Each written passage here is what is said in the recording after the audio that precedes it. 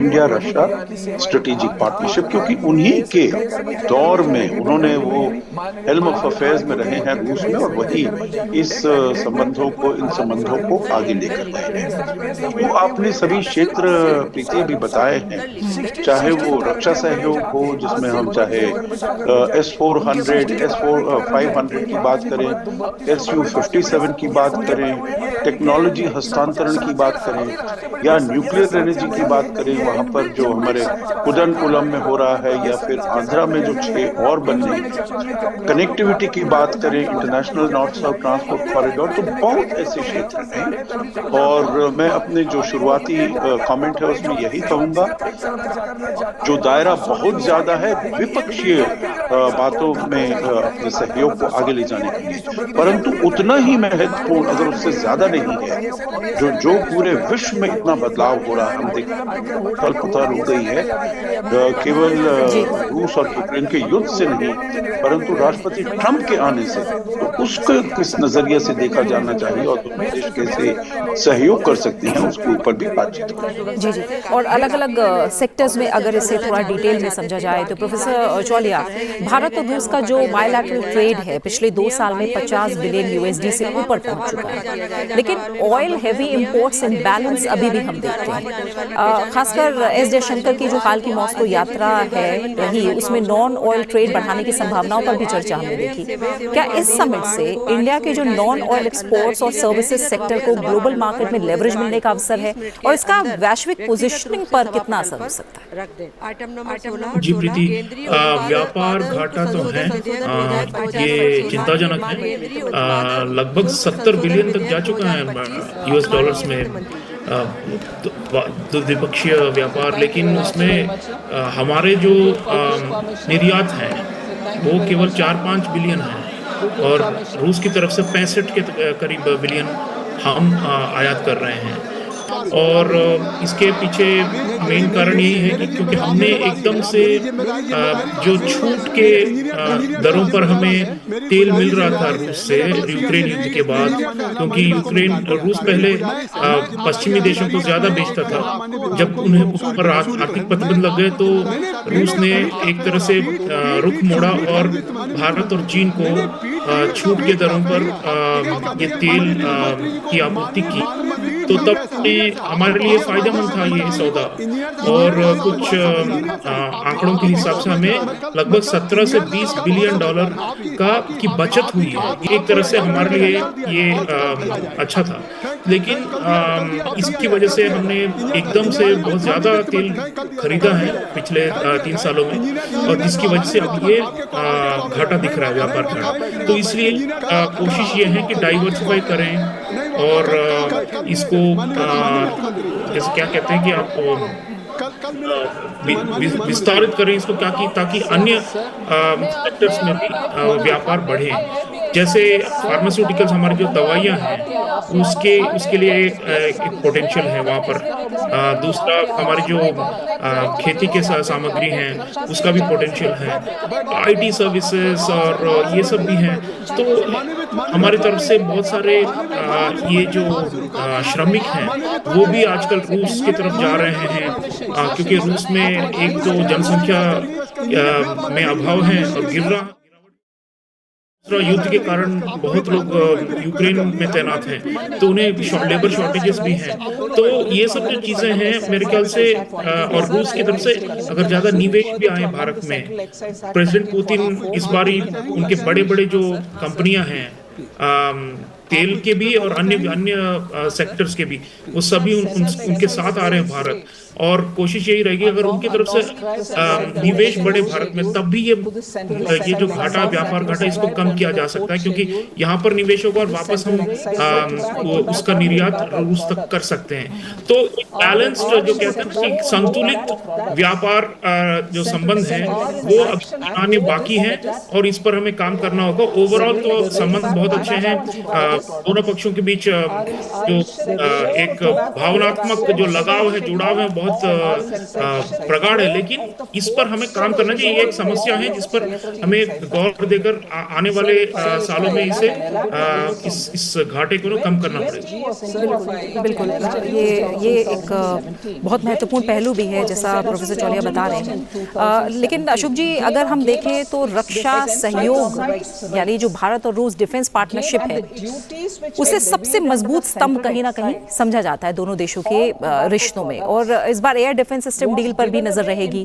और अगर हम देखें S-400 BrahMos missile, submarines, joint manufacturing, voice is simply faster, more natural. Compensation cess which would be collected on tobacco products in the place of excise would go for the compensation for the states for the initial years when they come into the GST. Now, as a result, the central excise duty, the right was kept up, but the duties were minimal or completely zero. Now, the compensation cess time is over. Even from July 1st, 2022, we don't anymore give compensation amount to the states, although we are collecting this cess after 22 till now, only because the GST Council had discussed and we borrowed money back to back, gave it to the states as though the compensation is being paid, but paid with borrowed money. Now, it was decided in the GST Council that this borrowing will have to be principal and interest paid back by extending the compensation cess only to that much period which is required for paying the loans back. Even the GST law itself had limited the compensation cess collection to only 5 years, and that is why it ended in 22. But with legal advice and with the complete understanding which the GST Council expressed, and I'm grateful for that to the GST Council, the extension of the GST compensation cess happened till now.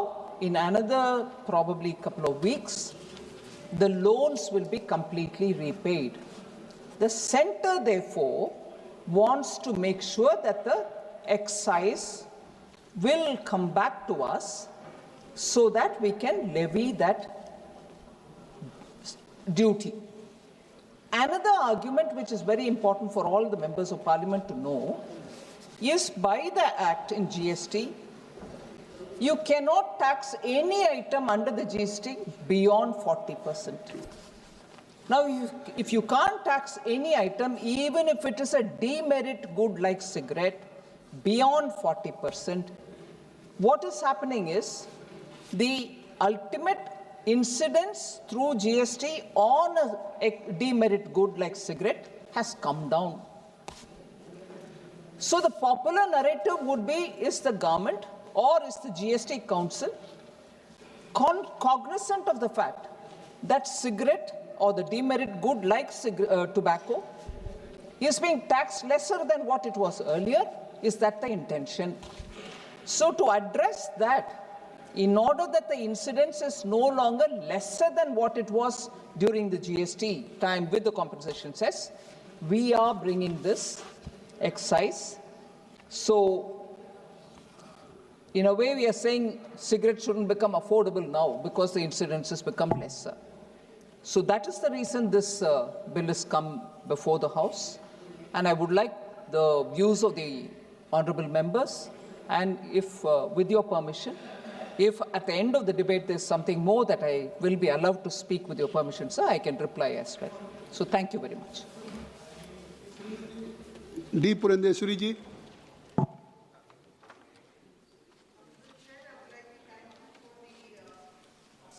It has been given to me to participate in this very sensitive piece of legislation that has been brought in by the Honorable Union Finance Minister, Srimati Nirmala Sitharaman ji. I would also like to voice my appreciation towards the sensitivity with which this piece of legislation has been brought in, which the Honorable Finance Minister has just very eloquently outlined. Sir, we all know for a fact that tobacco addiction is a major problem in our country today. And estimates say that about 1.35 million deaths occur annually in our country due to cancer, heart-related diseases or COPD. And COPD would mean diseases that are related to lungs. So the issue is very serious because around 29% of the population, that is 267 million adults, and many more adolescents are actually in a way habituated or are addicted to tobacco and related products. So the challenge is not simply the smokeless tobacco, which actually gives rise to incidences of oral cancer, but also the addictive nature of the tobacco products as well as the marketing tactics which are undertaken by various other sections of our society. So usage of tobacco is amongst both men and women, where about 42.14% men and 14.2% women are estimated to be addicted to tobacco. And surprisingly, the very same survey also says that about 8.5% of our children between the ages of 13 to 15 are also today addicted to tobacco and the related products like pan masala and so on. So tobacco, therefore, is becoming a major cause of death as well as disability in our country, which is something that we all need to take cognizance of. The issue does not simply stop with people who are smoking tobacco-related items like cigarettes and tobaccos and so on, but it also raises the concern of the passive smokers. And it is estimated that around 30.2% of our population are passive smokers, and this is also negatively impacting the health of that section of society. And when I say passive smokers, these are people who are inhaling the smoke that is let out by people who are smoking cigarettes and tobacco and so on. So India today is said to be the second largest consumer of tobacco and accounts for almost 1/6 of the world's tobacco-related deaths. So this simply speaks of the magnitude of the issue that we have in our country today. Today, India's disease burden, sir, is no more characterized by communicable diseases, but is rather today being characterized by non-communicable diseases like heart-related problems, cancers, lung-related problems, and so on. Sir, this only highlights the fact that we need to bring in a change not only in our lifestyles but also the habit, which would mean indulging in hazardous substances like what we have been talking about. So as per the study, cancer and cardiovascular related diseases, they top the list of NCD, that is a non-communicable disease list, and tobacco is also considered to be one of the largest contributors to the burden of non-communicable diseases. India today, sir, accounts for 17% of the world's population, but when it comes to the disease burden, it accounts for 20% of the world disease problems, sir. So this is not a small number that we are looking at. And the non-communicable disease burden, which was around 55% in 2016, is now about 60% deaths because of non-communicable diseases in 2019. So India is a welfare state which is committed to the welfare and well-being of its citizens. And the Narendra Modi ji government is also committed to the same, and having been committed to the same has taken the decisive step of imposing the GST on health hazardous substances like tobacco and pan products and so on. This, sir, is intended to actually discourage people from, this increase is intended to discourage the use of dangerous substances and also simultaneously to generate revenues that would actually be spent on social and health sectors, which is very, very important. As I had mentioned, our commitment to the well-being and welfare of the citizens of our country. Today, sir, even as we are phasing out the GST compensation cess, as has been rightly mentioned by our Honorable Finance Minister, Union Finance Minister, we must ensure that the prices do not plummet on these tobacco and related substances to such an extent that they become easily accessible to people, even as we are speaking about how do we discourage them from using such hazardous substances. Therefore, sir, this measure that has been undertaken today, it corresponds, it would maintain the price stability, it would protect the vulnerable and the youth sections of our society, and would also act as a deterrent because the prices would not plummet to the extent that we actually fear they would.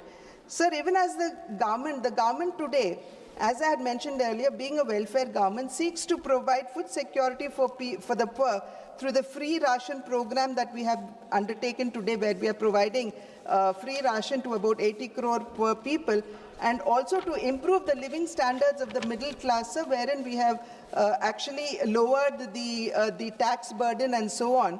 And we must ensure, sir, that every rupee that is being now collected on this GST is actually expended towards these kind of measures, which could be now further expanded. Sir, with focus on the health sector, the central government today has been able to increase the number of AIMS in our country from the existing 7 in 2014 to 23 today. Medical colleges have doubled from 387 in 2014 to 808 today. And above all, we have one of the largest health insurance scheme in our country in the form of Ayushman Bharat, which provides health security to about 9 crore people who have already availed the Ayushman Bharat, and the central government has expended 1.3 lakh crores on this program. Therefore, sir, every rupee or penny that would be now collected on the GST, we are assured will be expended on such welfare schemes, keeping the welfare and progress of the people, of the citizens of our country in mind. Sir, the concern here amongst the states is that would it actually affect our revenues? Sir, this we must realize would not affect the state revenues, because the 42% share of the central tax devolutions that should go to the state, as has been recommended by the 15th Finance Commission, would stand as it is. And it has already been outlined by the Honorable Finance Minister that this GST compensation removal was actually a time-bound initiative that was brought in, and it was agreed upon by all the states. So it is not a coercive decision that is being taken by the central government today. So the only concern here would be the farmers who are indulging in growing of tobacco. In our country today, sir, we have 6 million farmers who are dependent on tobacco crop. And we have 20 million laborers who are dependent on this crop. And more, and above this, we have about 36 million people who are indulging in processing or exports and so on and so forth. So I would only like to appeal, sir, through you to the Honorable Union Minister for Finance, that along with the Ministry of Commerce and Industry and also with Agriculture, to ensure that the security of these farmers are kept intact, and the issues relating to them would be taken into mind, keeping the fact in mind that the farmers are not averse to any decision that the government would take that is related to the health of the country, but rather they would definitely seek support from the central government when it comes to crop diversification. There was once upon a time the initiative that was taken to diversify farmers who were indulgent in tobacco growth, and about, I'm subject to correction, around 110,000 and odd hectares have today, acres have actually, farmers have actually diversified about 110,000 and odd acres of land to various other crops. But however, I think the other 6 million farmers that I'm talking about today, the interest of these farmers need to protect it is a strong appeal and prayer that I have to the Honorable Minister, sir. Therefore, sir, having gone into every minute details, we must realize that this calibrated tax adjustment fiscal step, this is to ensure that we have a more healthier and a more productive, because today, when we talk of the youth, the young population in the world, India out of 65% of India's population is under 35 years of age. And when we say they are under 35 years of age, we're actually talking about a large pool of human resource which who can actually become very productive for our country. Therefore, sir, this is to ensure that we have a healthier and a more productive human resource pool who would help us in realizing that the dream that we have before us, and that is to achieve a Viksit Bharat by 2047. Thank you, sir.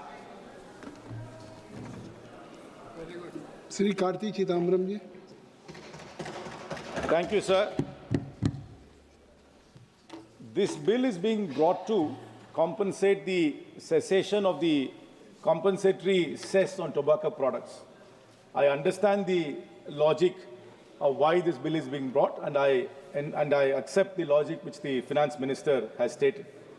The statement of objects and reasons clearly says the aim is to protect tax incidence and maintain revenue from tobacco after compensation cess is discontinued. So there is a logic in why this bill is being brought, and I accept that logic. When Dr. Purandeshwari spoke before me, she alluded to the problem.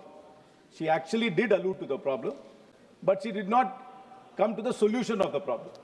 The problem is, as she rightly said, we have 1.35 million deaths in India because of tobacco use.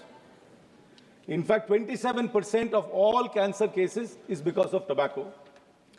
Young people, the age between 13 and 15, 8.5% of them use tobacco products. The economic loss for our country because of the use of tobacco is nearly 2 lakh crores annually. So tobacco has a huge cost on this nation. I'm not suggesting that we ban cigarettes. I mean, that never works. Prohibition never works. I know this government is sometimes very fond of banning things. I'm not suggesting we ban anything. Banning will never work. It only push things to the underground market, to the black market, and people who are addicted will somehow find a way to get it. In fact, there is a contrary thought when every time we see when these spurious liquor cases happen in India, why are people consuming spurious liquor? It's a little contrarian and might be even controversial what I say. It is because regular liquor is not affordable, they go and buy spurious liquor, which is cheaper.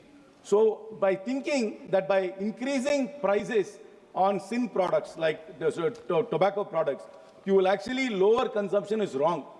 What will happen is this will go into there'll be spurious manufacturers, people will find alternatives. I'm not suggesting you lower taxes, but I'm saying that by increasing taxes, if you think you're going to lower consumption, that doesn't work at all.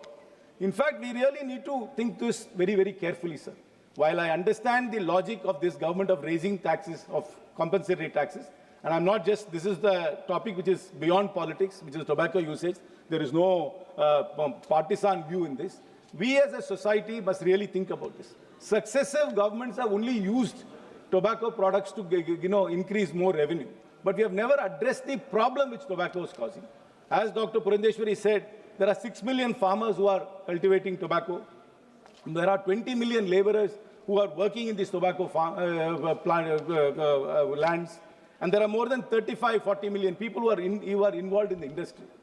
We are not thinking of how to move them to other sectors. No government has come up with any plan on how to migrate farmers from tobacco to other crops.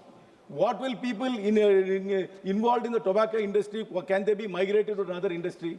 What are we doing to reduce consumption of tobacco? We don't think of all that. While we say it is bad, we keep taxing it, we keep getting more revenue, but we never really address the problem.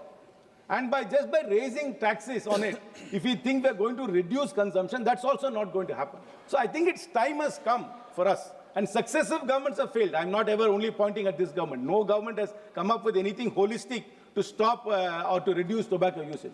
What are we going to do to reduce usage of tobacco? How do we discourage people from using tobacco?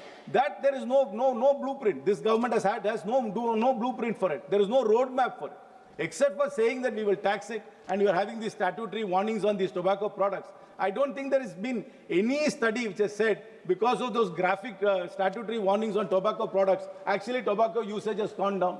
So the real problem here is how do we address tobacco usage, how do we reduce tobacco usage, and how do we migrate people who are involved in the tobacco industry into other sectors.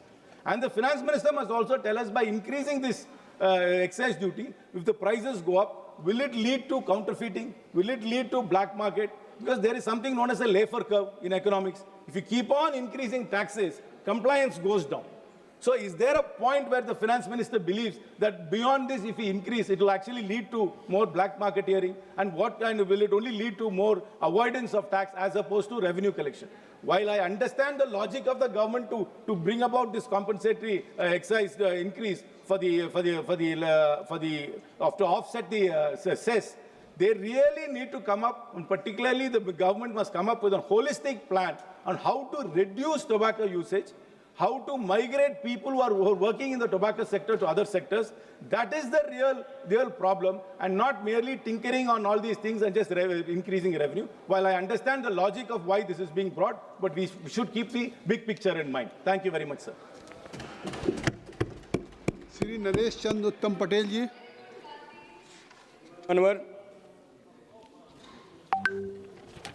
सभापति महोदय, मैं माननीय वित्त मंत्री श्रीमती निर्मला सीतारमण द्वारा प्रस्तावित केंद्रीय उत्पाद शुल्क अधिनियम 1944 में संशोधन करने वाले विधेयक 2025 किए जाने के संदर्भ में अपना विचार व्यक्त करना है। मानवर,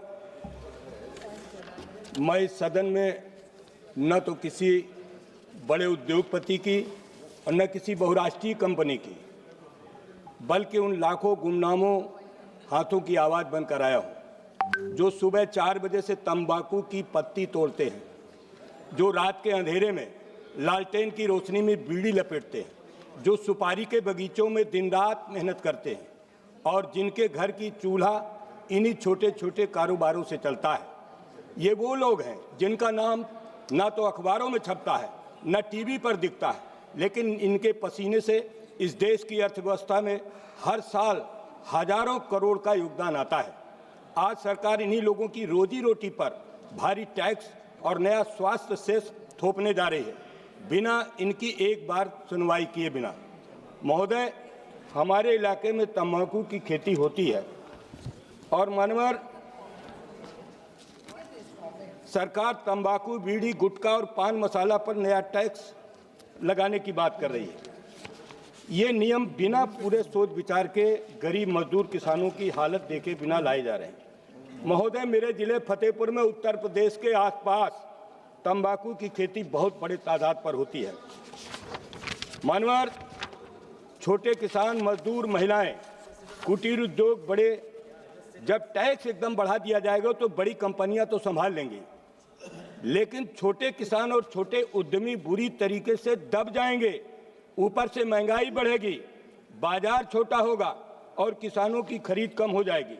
नया सेस मशीन के हिसाब से लगेगा, इससे छोटे कारखाने, पत्ती छटाई वाले यूनिट और घरों में काम करने वाले परिवारों पर ज्यादा बोझ पड़ेगा। सरकार कह रही कि स्वास्थ्य का फायदा होगा, पर गांव का सच ये है कि मजदूर किसान का रोजगार पहले से ही कमजोर है। ये कदम और चोट करेगा। मानवर, हमारी मांग है कि इसे जल्दबाजी में पास न किया जाए। और मानवर, आज हमारे देश के अंदर एक झटके में 28% जीएसटी के ऊपर 50-60% का सेस और मशीन आधारित कर लगा देंगे तो क्या होगा? बड़ी कंपनियां तो अपना दाम बढ़ाकर निकाल लेंगी, लेकिन छोटी बीड़ी कारखाने, पत्ती छटाई वाले सेठ जहां 15 से 20 हजार बीड़ी रोज लपेटने वाली महिला, ये सब बर्बाद हो जाएंगे। मानवर, ये स्वास्थ्य के लिए है, लेकिन अध्यक्ष जी, स्वास्थ्य तभी सुधरेगा जब 2 वक्त की रोटी मिलेगी। मानवर, मेरी मांग है कि इस विधेयक को स्थायी समिति को भेज दिया जाए। तंबाकू किसानों, बीड़ी मजदूरों, सुपारी उत्पादकों और छोटे उद्योगों के प्रतिनिधियों को बुलाकर सुनवाई की जाए। इससे राज्य मशीन आधारित न करके। पटेल जी, इससे राज्य को भी नुकसान होगा। ये जो कंपनसेशन सेस है उसका हिस्सा राज्य को ही जाएगा। आपके जिले में धान होता है मानवर, और धान की वो बर्बादी है, आप बोल नहीं रहे कुछ। धान 1600-1700 में लिया जा रहा है, 2369 रुपये MSP है। आप भी तो ध्यान दिया करिए, आप इधर बैठते हैं तो क्या हुआ, लेकिन धान के आप किसान हैं, आपके जिले में धान हो रहा है। मानवर, मेरी बात यह है कि प्रभावित राज्यों के साथ मिलकर वैकल्पिक फसल और रोजगार की ठोस योजना बनाई जाए। जल्दबाजी में विधेयक पास हुआ तो गांव का गरीब आदमी एक बार फिर कुचला जाएगा। अतः मानवर, मैं आपके माध्यम से कहना चाहता हूं कि इस देश में अगर ये महंगा हो जाएगा तो विदेशी कंपनियां यहां पर स्मगलिंग कराएंगी और स्मगलिंग के माध्यम से इस देश का उत्पाद कम खराब हो जाएगा। मानवर, आज हमारे देश में भारी वृद्धि कानून को सिगरेटों का महंगा बना सकती है, जिससे विदेशी स्मगलिंग ब्रांडों की खपत होगी। मानवर, सस्ते उत्पादों की ओर रुझान बढ़ सकता है जो स्वास्थ्य जोखिम बढ़ाते हैं और कर संग्रह को नुकसान पहुंचाते हैं। मानवर, इस विधेयक में ऐसे श्रमिकों किसानों के लिए जो संक्रमण योजना या सुरक्षा प्रावधान नहीं है, जिनकी आजीविका इस पर क्षेत्र आधारित है। कर वृद्धि की प्रभावशीलता की समीक्षा का मानवर अभाव है। विधेयक में यह नहीं है कि सरकार खपत, अवैध व्यापार या राजस्व पर बड़े प्रभाव का नियमित आकलन करेगी, जो नीति निर्माण के लिए आवश्यक। मानवर, कृषि मंत्री जी यहाँ बैठे हैं। मध्य प्रदेश के अंदर सबसे ज्यादा तंबाकू का काम होता है, बीड़ी के पत्ते काम होता है। मानवर, उन गरीबों की हालत को ध्यान देना चाहिए, उस पर विचार करना चाहिए। और ये विशेषज्ञ भी हैं, मुख्यमंत्री जी रहे हैं। मानवर, इन लोगों को बैठ करके इसके बारे में ठीक से विचार किया जाए, ताकि छोटे किसानों का और जो तंबाकू उत्पादक हैं, बाद में मशीनों में वो प्रोसेस होती है, वो अलग विषय है, लेकिन मानवर उन छोटे लोगों पर बहुत भारी बोझ पड़ेगा। इसलिए मेरी मांग है मानवर कि इसको स्थायी समिति को भेज दिया जाए। धन्यवाद मानवर। Shri Saugata Rai ji. Sir, I rise to speak on the Central Excise Amendment Bill 2025 brought forward by the Finance Minister, Mrs. Nirmala Sitharaman. Once again, it has fallen on the Finance Minister to mobilize resources for the government, due to which she has brought about this bill. It has been stated in the statement of objection reasons that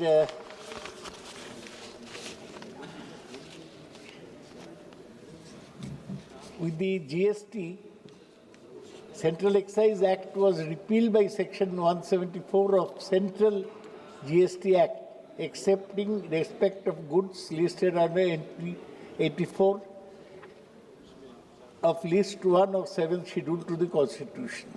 This includes tobacco and tobacco products. With the levy of GST and compensation cess on tobacco and tobacco products, the rates of central excise duties were reduced significantly to allow for levy of compensation cess without large impacts.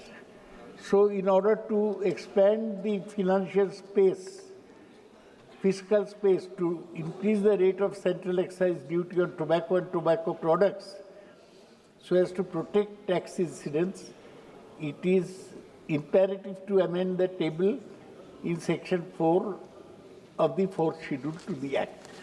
Now, why